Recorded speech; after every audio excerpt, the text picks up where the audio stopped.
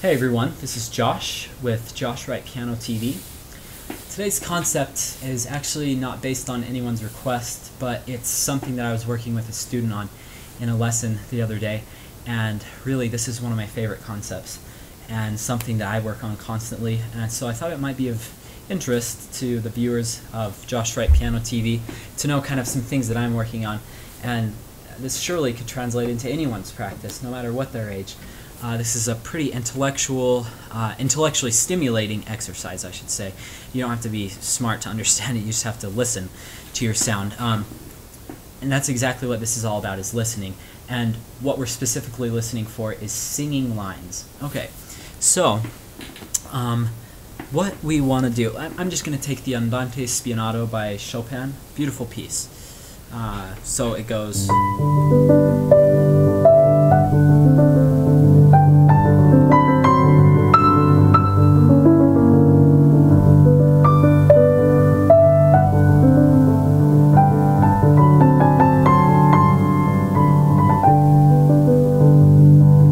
Wasn't my best time ever playing it, but I think that shows a lot of things that I've been thinking about. How do we get a melody line? A lot of people feel awkward when somebody says add dynamics, add shape. They might sound something like this. They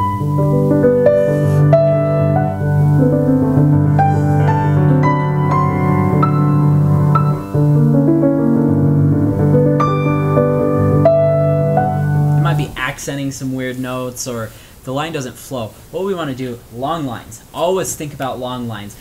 Where is this line leading to, and where does it die away eventually? Always elongate your lines, especially in Chopin, but it's a rule that's applicable everywhere. Okay, so let's think about just this little part. Does it make sense to go? In my opinion, that sounds pretty terrible, and also this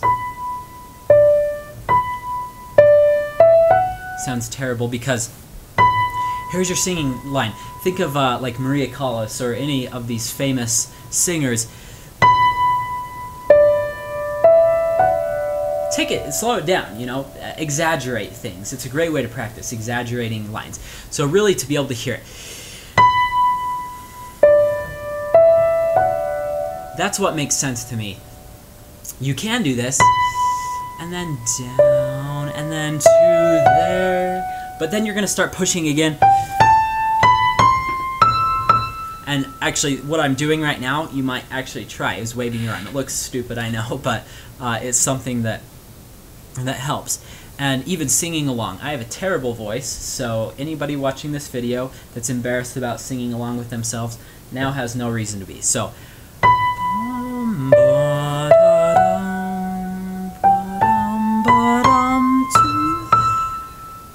and then to there, and okay, that just proves how bad at singing I am. Helping yourself by singing is one of the greatest things that you can do, though. So even though if you have a terrible voice, it doesn't matter, because let's see. Bum ba dum dum da dum ba dum ba dum bum. So I'm really putting myself out there on YouTube by singing. I'm terrible, I know. So you know, you don't need to leave the comments like, wow, he's a terrible singer, but feel free if you really feel like it. So but anyway, I'm getting the point across. You're taking this da da dum. That naturally makes sense to die away there. Now, does this da-dum, ba-dum, da-dum, is that how you sing it? Of course not. One long line. This sound continues to this one. I want you guys to think about sound on a sheet of paper. You know, if the sound starts to grow, you can't suddenly drop it down and then make it grow again. So you couldn't do, because then it would go really hard, tiny, and then really soft. I want this to be happening.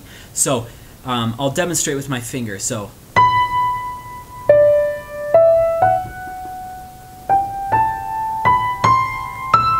it kind of floats along that natural line. So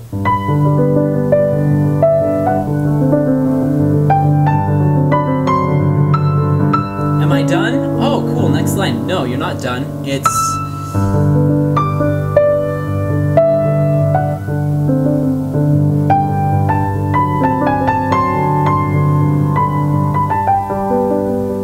Then it's done.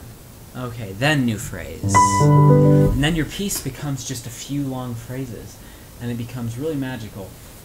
So I think this concept of long singing lines is something that mature pianists are always thinking about, and this is something I would like each of you to think about that are taking the time to watch this, because you're obviously diligent pianists. If you're taking the time to watch this, think about those long sound lines, and if a note's continuing, wherever this is died to, because piano is a percussion instrument, this is what happens to the sound. As soon as I play, it starts dying. So your next note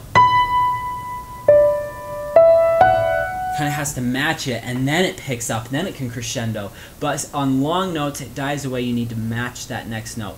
And so this concept has helped me tremendously. Another example that I play a lot is the nocturne in D flat. That's terrible.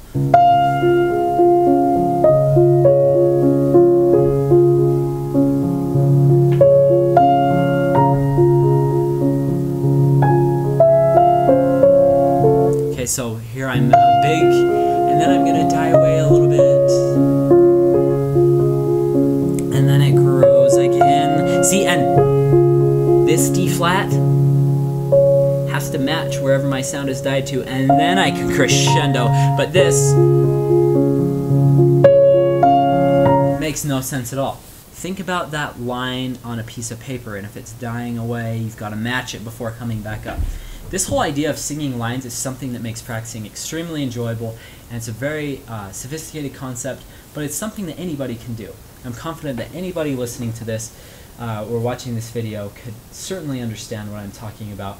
If anybody has any questions, email me. My email is josh@joshwrightpiano.com, and I'd be happy to answer any questions you have about this, because I know this might be new, but I know that anybody can grasp this if they think about it and they apply it in their practicing. Thanks for joining me today.